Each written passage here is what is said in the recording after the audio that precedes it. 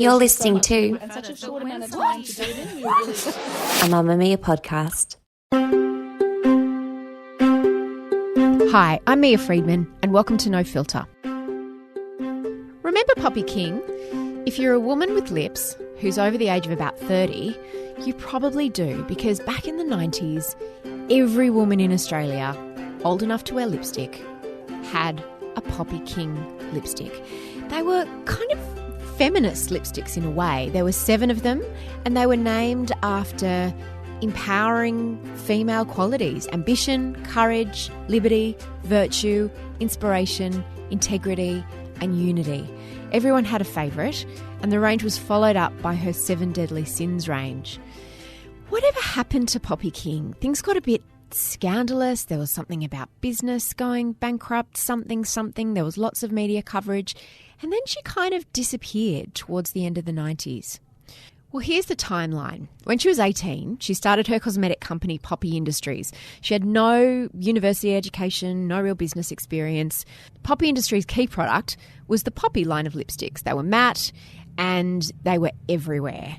There were really only 2 women that were under the age of 50 that anyone had heard of back in the 90s, Poppy King and Natasha Stott Despoja. Every other woman in the public eye, and there weren't many, tended to be much, much older. So Poppy saw this gap in the market. She didn't understand why lipsticks were sort of named after girly things like Princess Satin and Candy Floss Pearl. And so she wanted to create something different, something that was more empowering and something that she felt spoke to a stronger type of woman. Within 3 years, it was the biggest cosmetic company in Australia, which led to Poppy becoming Young Australian of the Year in 1995 and expanding into the US. At its height, Poppy Industries was turning over $8 million, which was huge back in the 90s. Then in 1998, Poppy Industries went into receivership. It was sold to a different company and continued with Poppy King as the creative director, although she had no shares in the company, until 2002 when it was dissolved. That's when Poppy moved to New York to work for Estee Lauder. In 2006, after working on the Prescriptives brand at Lauder, she founded Lipstick Queen, a new range of lipsticks that's available currently at Mecca here in Australia. And the way I found out about Poppy, Poppy and I were kind of friends when we both started in the industry at around the same time in the early 90s, but I'd sort of lost track of what had happened to her. I knew she'd moved to New York. I kind of knew she'd worked a bit for Prescriptives, and I didn't know what had happened next. And then I was in Mecca one day and I fell upon this range of lipsticks, and they were called Lipstick Queen, and I loved the shades and I bought a few of them. And then I realised that it was Poppy's brand. So I reached out through someone I knew that worked at Mecca and got back in touch. And when I was in New York a few weeks ago, Poppy and I sat down in the Mamma Mia Women's Network offices in Soho. So you'll notice the audio quality in this interview is a little less than divine because it was a boiling hot day. We were cramped in the back meeting room and there were no fans. And if you listen really hard, you can actually hear us sweating. And it was just like no time had passed. I hadn't seen her, I think, for more than 10 years, and we had a lot to catch up on. But we've covered off most of it in this conversation. So enjoy and keep your ears open for more things happening between Poppy and Mamma Mia in the future. Now, had I not had dinner with you last night, I would be like practically humping your leg because it's been so many years since I've seen you. It's been like we worked out 13 or 14 years. At least. Well, I've been in New York for 13 years. You have. So. And I think it was a few years before that we kind of lost touch because you were coming up with Poppy King lipstick at the same time as I was starting in magazines. Absolutely. And we both didn't have a clue what we were doing. No, we both were, in retrospect, so young. But at the time didn't think we felt so jaded and old and wise. And I think, Mia, I think you put me in so many magazines around that time, and that was just in so many different contexts, and that was just so pivotal in my career. Oh, that's lovely. You were such an incredible trailblazer. Every woman that I've told that I'm seeing you and I'm here, they've been like, oh, Poppy King, and I remember, and the lipsticks. Like you have such a special place in the hearts of women, particularly women over a certain age. Yes. What age is it? I think it's about 35, now, because I do get, it's amazing now that I get young girls that come from Australia who've never heard of Poppy lipsticks, so kind of like, and they say, oh, vaguely, I think my mother used to wear them, like kind of, because, yes, and also I do get, I was sort of half telling you before that when I come back to Australia, it's funny people's idea with timeline, and, because people say to me that they remember my lipsticks from the 70s. And I say, when no. you were 3? Yeah, not quite the 70s. They argue back, though. They go, no, it was the 70s. They tell me back that it was the 70s. It wasn't quite the 70s. It was the 90s, very much. It was totally the 90s. It was 1992, and I remember taking you out to Neon, the factory in... I remember very well. And looking at the production line. Yeah. I remember, so it's amazing to see you again, and kind of like the journeys that we've both been on. It's true. And I mean, it's you think now this idea of a young female entrepreneur is not the unicorn that it was then, but there was literally nobody in business, in any kind of business in the way that you were. I guess not. I mean, I've reflected on it a lot, like as to what was it that sort of made it such a sensation, because you say to people, in other parts of the world, that it was kind of like such a big, huge massive thing. It was like a cult. It was the first cult product, and people just sort of can't really possibly understand sort of what it was, and you have to sort of understand that Australia and the fact that kind of like Australian, up until I think a few brands, of which mine was one of, started doing products that really just set the style for Australia, instead of sort of like having koalas and cutesy Australiana on it, just sort of like putting out product that, even though it was made in Australia, it wasn't necessarily Aussie. It wasn't Aussie. It was kind of like competing with international. I mean, getting into stores like Barney's. I think I think there were some brands around the time, and I would say Poppy was one of them, that was sort of changing the psyche of Australia in terms of kind of like what it was that we exported and what it was we could create. And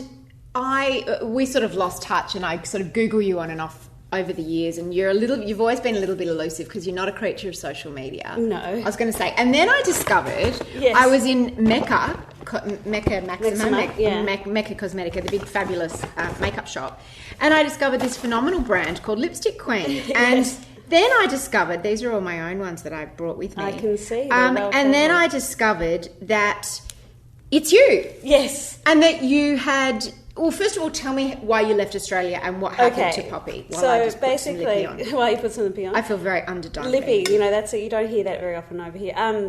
I left Australia in 2002, and I closed down Poppy. Poppy was actually sold, but it was so 10 years after you started. 10 years, exactly 10 years after I started, and it was part of a deal where I came over to New York to work for a bigger company. Oh, was that Estee Lauder? Yes. And that was huge. Yes. Because Estee Lauder wanted... I remember when we were friends, and Estee Lauder had started to... They were buying MAC and they were buying Bobbi Brown. And they approached you early on and you said no, didn't you? Well, I think it was a combination of... I think they sort of like came tire kicking, sort of looking around, at sort of what indie brands there were. And I think that it wasn't really the right fit because I was all the way in Australia. When they could pick up these brands that were here in the US, it was so much easier. But it was a difficult time because it was when my business was really just exploding in Australia. In a good way. And in a good way, yeah. Then there was the other explosions in a not such good way. But when my business was exploding in a good way, and I really wanted to focus on the Australian market and really kind of like expected, this is sort of the things that you learn the hard way, expected the US market to kind of wait for me to sort of, get everything ready and get everything sort of, get everything, all my ducks in a row. And like I just realised with the US, like when lightning strikes, you've got to be able to go with it. And I didn't really go with it that first time round. So I did. Right. So when you were so young, you were what, 21? Yeah, 22, well, 20, all through my 20s, 25. 21 to 20, I moved here when I was 30. So with no business background? No, I'm high school educated, so no college, no business background. Who was advising you during those years? Because that must have been, like, it did literally take off. It did literally. I had a sort of a board, and which changed over the years depending on different business partners and what have you. But there were a couple of people that were on with me right from the start, and one was my accountant, who is very aptly named Paul Money. No way. Yes.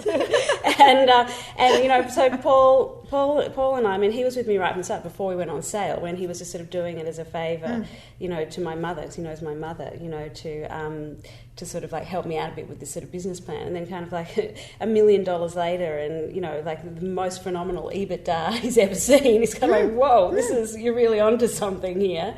So I had advisors, but nobody, like you said, it was a little bit of an unprecedented trajectory. So it was hard to really know. I don't really when I look back and I think about things that sort of I could have done better or differently, it's not so much the advisors I think that I could have really done differently. It's just more kind of the understanding of what is needed when. So the trajectory was very much upward, and at the same time as business was going so well, you were getting huge attention. You were named Young Australian of the Year, weren't you? Yes, 95. When you were how old? 24, I think. Oh gosh, 90. Baby. Yeah, I young, was 25. when you were young. 23, 24. Yeah, exactly. A long time ago. And then you were invited to the Republican convention.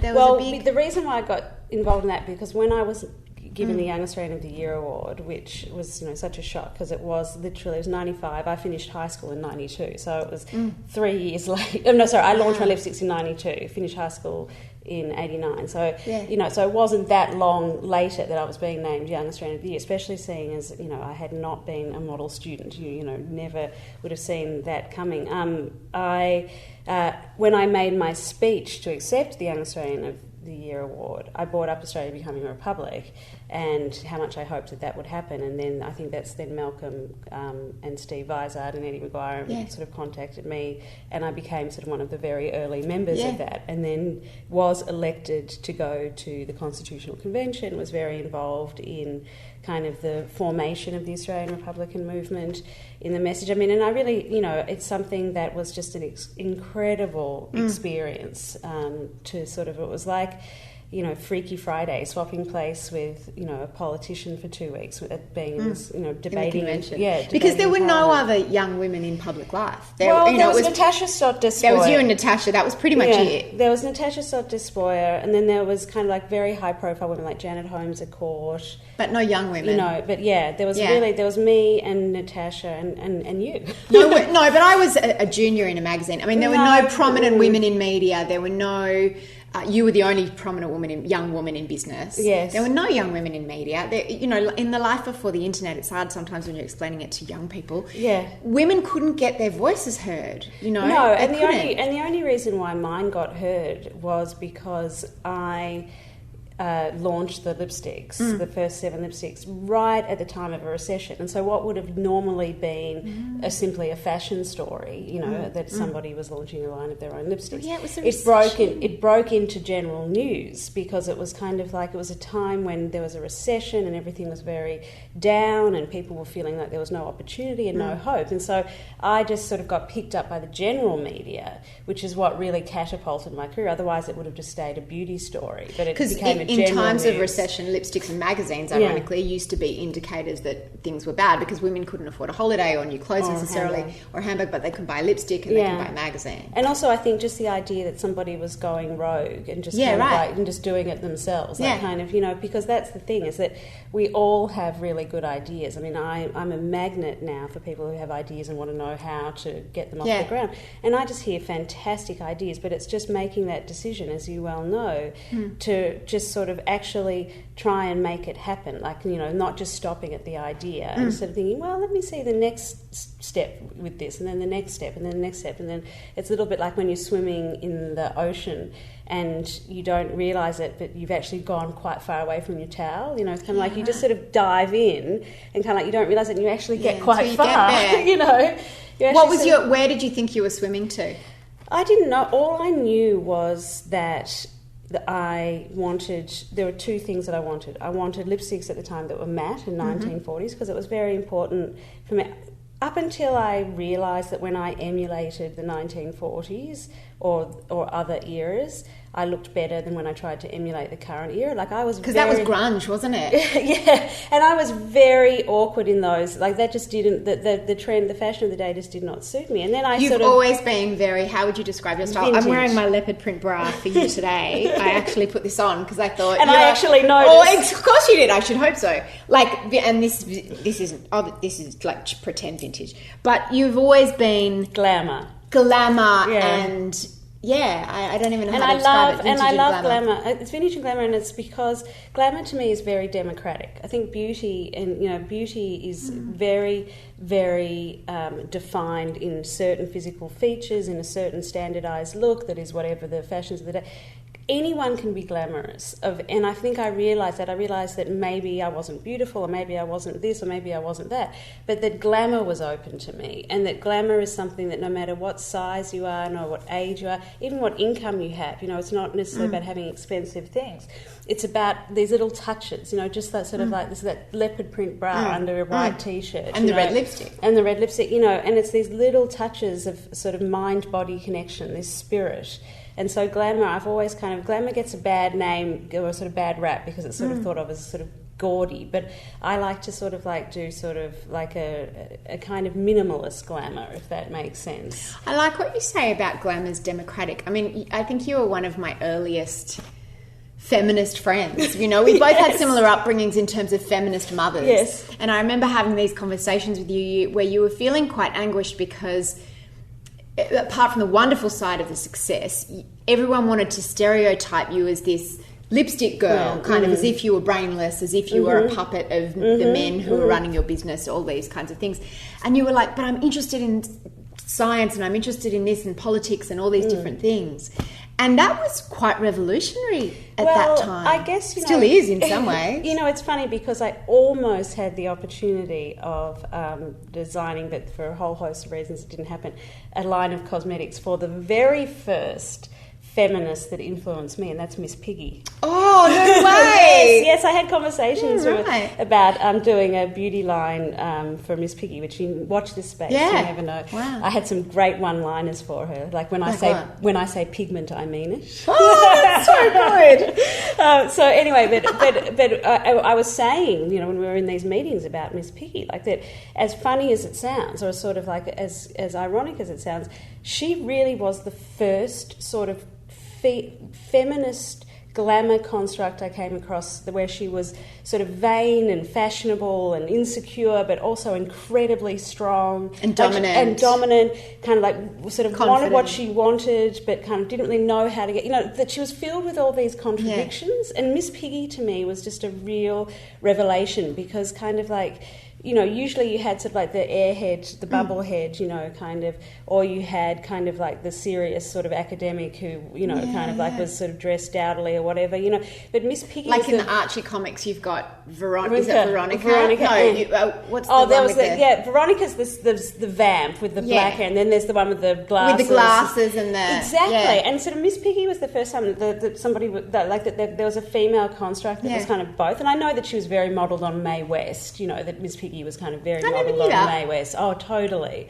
And because Mae West has got some wonderful lines, one of which I use all the time, which is, I may choose bad men, but that's because I only have men to choose from. That's great. But anyway, that's a whole other side of the story.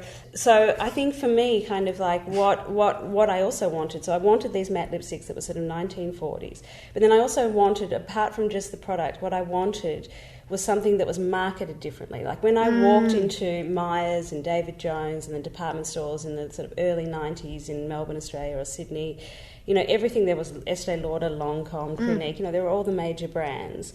But there wasn't anything that kind of like spoke to the complexity of women. It just sort of all simplified us to kind of like, here isn't a beauty ideal. If you aren't this beauty ideal, buy our product and you're going to get closer to this beauty ideal. Like it just simplified the equation of what it means to be female. And I wanted to sort of do something. That's why I called my first lipsticks. Well, it was actually my second set with the 7 Deadly Sins. The first lipsticks was ambition, courage, liberty, integrity, unity, virtue, and inspiration. And this is really going to date me and embarrass me because all those words came out of the book I was obsessed with at the time when I was, because I was 18, when I was coming up with those ideas, The Fountainhead. So they're all out of Ayn Rand's. They're all out of Ayn Rand's introduction. Now I have some serious issues with The Fountainhead. 25 years later, and you realise that objectivism, doesn't really work that well. And so I wanted something kind of like what really baffled me was like all these lipsticks, sort of like the women were being asked in sort of 1992 to put on lipsticks called Pink Chiffon Frosted and stuff that you would expect Mrs. Beaver Cleaver to be wearing. Yeah. Not kind of so like. So it was the first feminist cosmetics brand. It was, looking back at it now, that's very clear. It was definitely, I would say it was the first, it's very female, and the reason, and feminist in the terms of that demanding to be taken on, taken equally. I think that it's very, very hard to be completely, and I mean, as you know, it's very, very hard to be completely feminist, in a capitalist world, so in terms of, I feel like that I have made, some compromises along the way, but I've never really compromised on anything that is to do with kind of the whole reason I went into the beauty industry, which was to do it differently, not to just do it the same, which is why when I came over here and worked for a big corporation, it was interesting, but I sort of looked at myself and thought I didn't get into this to be part of the system. I got into this to be outside of the system, so I wanted to go back outside the system again. Coming up, Poppy speaks about getting over the collapse of her business. Okay, so here's the question. What do you get when you throw 2 women, 6 kids and a hunger for a happier existence into a pot and mix it all around? Was this question on Naplan? I think it was. Anyway, I know the answer. The answer is us. You get us. The Well, a podcast of wholehearted conversations for a better life with me, Robin Bailey. And me, Rebecca Sparrow. Subscribe to The Well in iTunes or find us in the Mamma Mia Podcasts app. What happened to Poppy? What the brand? So what happened to Poppy was, in 1998, I had a terrible argument with business partners, which we just did not see eye to eye on the strategy going forward, and so that triggered receivership, which meant that the business was put up for sale. So between 1998 and 2002, Poppy was owned by somebody else, but I was still doing the product and still very much the figurehead. Were you happy with that?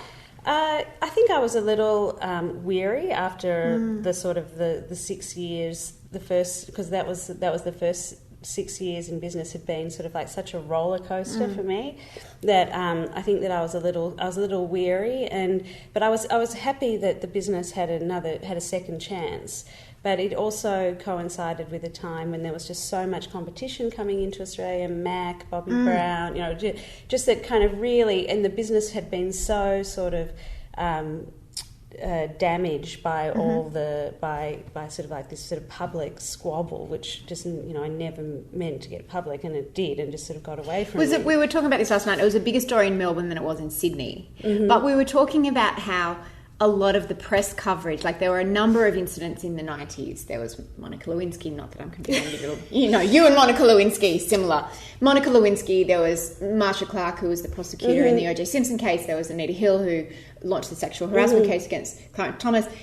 And, there were a lot of women who had a really tough time in the media without being called out. And I think that's because there was no internet, so there were no women's voices who were saying, hang on a second. And was the coverage of you looking back now kind of sexist?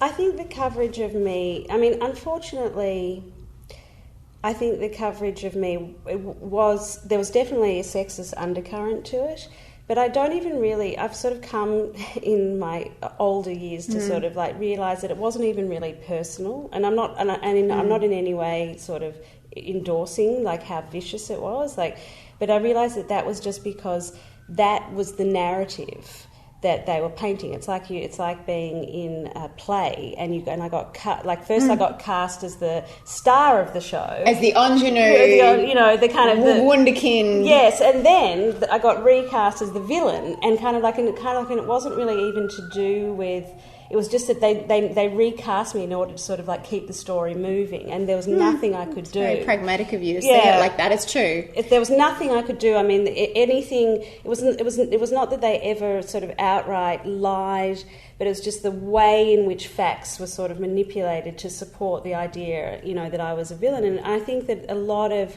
I don't think it was so much. You know, and unfortunately, I have to say, Mia, that a lot of the really harsh articles were from women as well. And what kind of things? Like, what do you remember? Just a lot of comments about my physicality by women, more so than by men. But like what? Just that I was slim or not slim, or what, you know, just like physical descriptions. Physical descriptions. Also, sort of comments about comments about my private life, you know. Because you weren't married, so I wasn't that married, then I didn't have kids. Was gloriously speculative. And I tended to, I had 2 relationships with, you know, 2 different business partners, which, as I have pointed out to people, that a lot of people meet at work, you know. It's like actors. You know, it's like, you know, so I just happened to meet two of my, you know, and I'm friendly with both of them to this day, so it certainly wasn't just a fair weather thing, you know. And I think that it was just, you know, I don't know why. It was a good story. Like, you know, looking at it with my journalist hat on, it's a good story. It was a good story, and I mean, and I think that sort of the rise, you know, was as steep as the fall. The fall. I think kind of what was really hard to cope with was just that everything was so simplified, you know, sort of such a complex situation was sort of simplified into good and bad. And, well, because the headline Tall Poppy must have just been too delectable for every single sub-editor. You know, the 7 deadly sins, and, you know, how I sort of, each of the 7 deadly sins, and should I have to give back my Young Australian of the Year award, and, you know, polls, what's his name? Alan Jones. He's a feminist now. I converted him.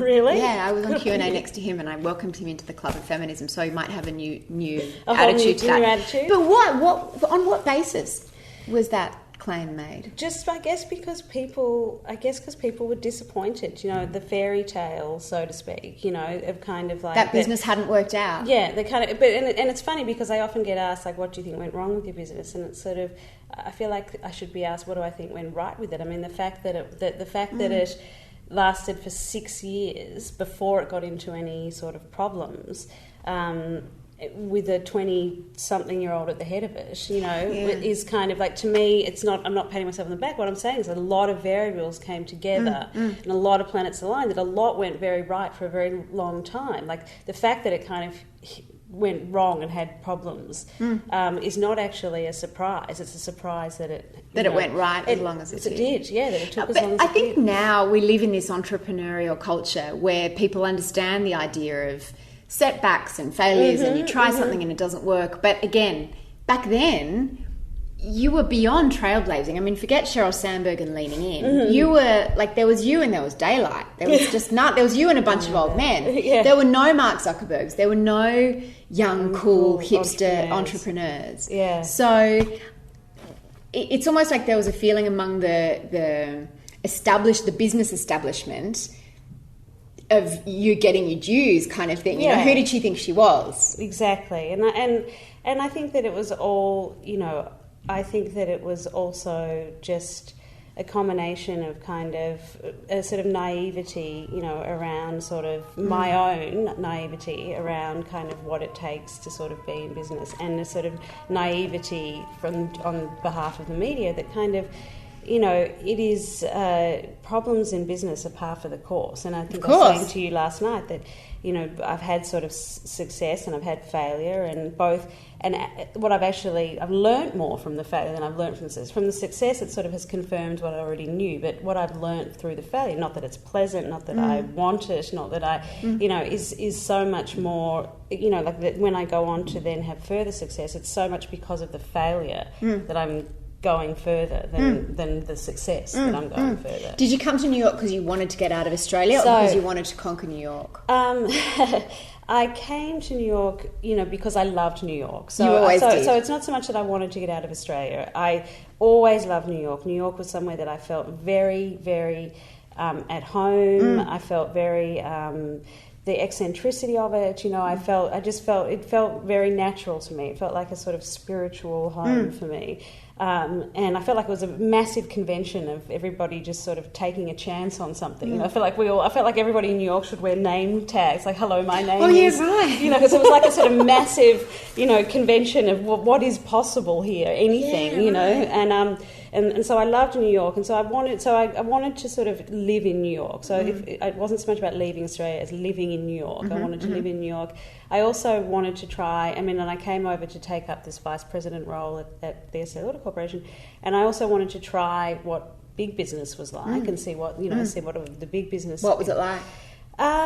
Surprisingly, there were elements of it that I could completely see make sense, and then there were elements of it to me that just didn't make any sense. And Did you learn that you're an entrepreneur at heart? I definitely learned that kind of like I'm an entrepreneur in the sense that I am, much more what's the word, like kind of. As an entrepreneur, I'm someone who's much more willing to fail. In big business, there's a too big to fail thing, but in big business, like the fear around sort of making a mistake, and is so, because the money involved is so much bigger, just creates a culture. Whereas like I'm not afraid of making, I don't like making mistakes, but I'm not as much afraid of making mistakes as I am of not trying. Like if something, but in the fear of sort of the fear in big business, which seems like an oxymoron because you think, well, they're big and powerful. They're big and powerful, but they're also, and this is from all the big businesses I've had experience with. I'm not talking about any one company. They're big and powerful, but there's a lot of fear because there's so much at stake. There's so much at stake. When did you get the inkling that you wanted to start your own company again? Why didn't you call it Poppy? I got the inkling. So I came over 2002. I worked at Lauder in the head office there for until 2005, or so three and a bit years.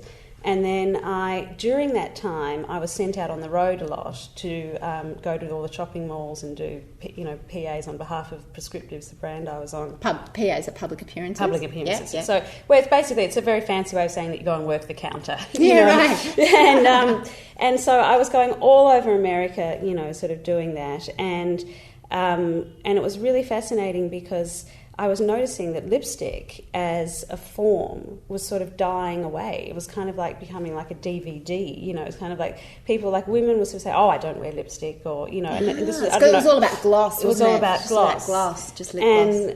And the whole idea of sort of like winding up a lipstick and sort of putting on a lipstick was just something that really was in danger of sort of being lost as a rite of passage. I was meeting girls who'd never played dress up with lipsticks. They'd only ever they'd only ever played dress up with lip gloss. And I've got nothing against lip gloss. If you remember, it's not Shine. Quite the same. Well, you remember Shine, my big pots of Shine. Shine. So it's the idea that sort of lipstick as an icon of femaleness. Lipstick, shoes, handbags, is this sort of like iconography of sort of what the experience of being female is. Was potentially sort of going to get lost in and sort of replaced by sort of new versions of it. I wanted to sort of go back out and sort of do a brand. So people often ask me, well, in the 90s, your lipsticks were matte, and that's what made them really different. What makes Lipstick Queen lipsticks really different? And the fact is first of all, when I started just doing lipstick at all in 2006 here was just so unusual. It's like people were like, lipstick? Yeah, so blowing the dust off. Yeah, right. I think I remember that, that how do we put it on again? Yeah. Like kind of, and so now lipstick is, sort of very much back in again and all that. But I really wanted to sort of do a brand that really paid homage to the incredible sort of power and magic of lipstick, of what that experience is. The packaging is also beautiful. Thank you. So it all tells a story, and so each of them. So I don't really do lots of different shades. I just do lots of different stories and finishes and ideas in lipstick. And I started with 10 saints and 10 sinners. So, back again to that sort of theme in terms of, because I had the 7 deadly sins, and it's the whole idea of sort of like the contradictions in women, that, and embracing that.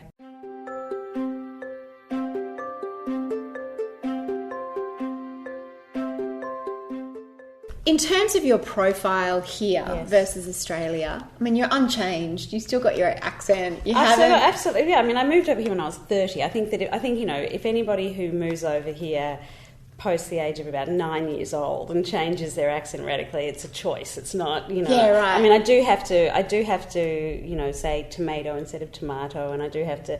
But I still am very much... Aussie, yeah. Australian. And what's it like... do you feel American?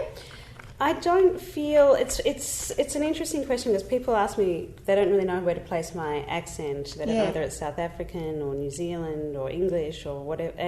And people, when I get asked that question, where are you from? I kind of have to stop myself because I'm from Australia. But in terms of like at this point in my life, like which country or city has shaped me more, you know, I really think it's both. You know, I think that kind of like I feel equally sort of shaped by New York. I wouldn't say, you know, I would say that, you know, unfortunately I'm starting to feel really shaped by the rest of America as we see what's happening in the political environment, you know. And, you know, America is really seems to be failing for so many people, you know, in terms of like the gap between the rich and the poor is just getting terrifying. So, you know, I think that it's certainly, New York has shaped me in terms of really sort of being able to let go of kind of mistakes and to be able to kind fresh start. Yeah, and to realise that kind of like it's part of a lifelong journey, that it's not, you know, that but I think in America I really haven't, you know, I don't feel American, but I certainly feel kind of that what's happening in America is forcing me to really think about what about your identity culturally. What about American men? What about American men? What are they like? Okay, so I had the first guy that I dated, American guy. It was quite soon after I came over here. And this is just such a typical, I think this is such a funny story. I hope you do too.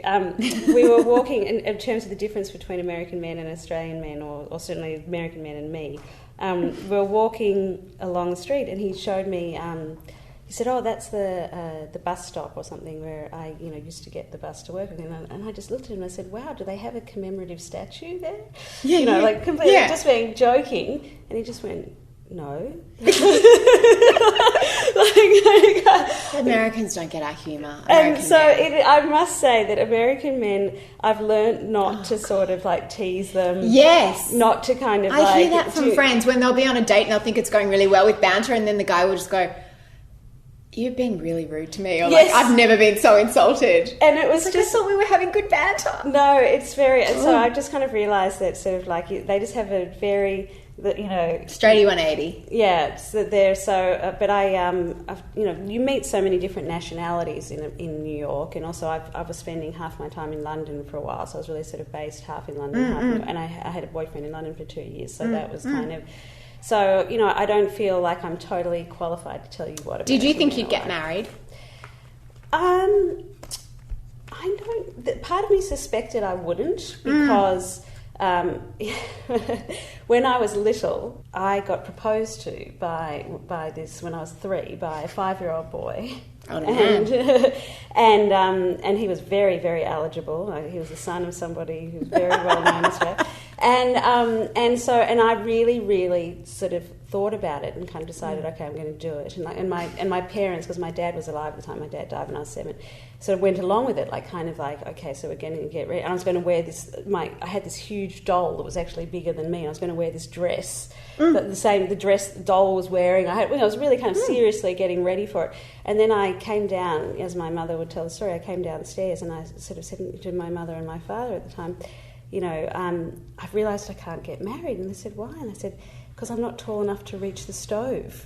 So that was my idea of marriage, was cooking. It was like, but that was like the reason that it dawned on me. There was no other reason. I kind of like that, like why I couldn't. So what reason why I tell that story is I think that kind of like I've always suspected that there was something in marriage that for me was going to be difficult to balance with who I am in business. Yeah. You know, who I am in business does not necessarily work really well in a marriage. You know, in business I'm determined and intense and analytical and kind of, you know, like really alpha. Yeah, you know, and so I'm not saying that it can't work, or that, you know, I'm not surprised that I haven't ended up married yet. You know, I don't think it's something that Gloria Steinem got married in her 60s. Yeah, I don't think it's something. I don't think it's something that's out of the question for me in the future.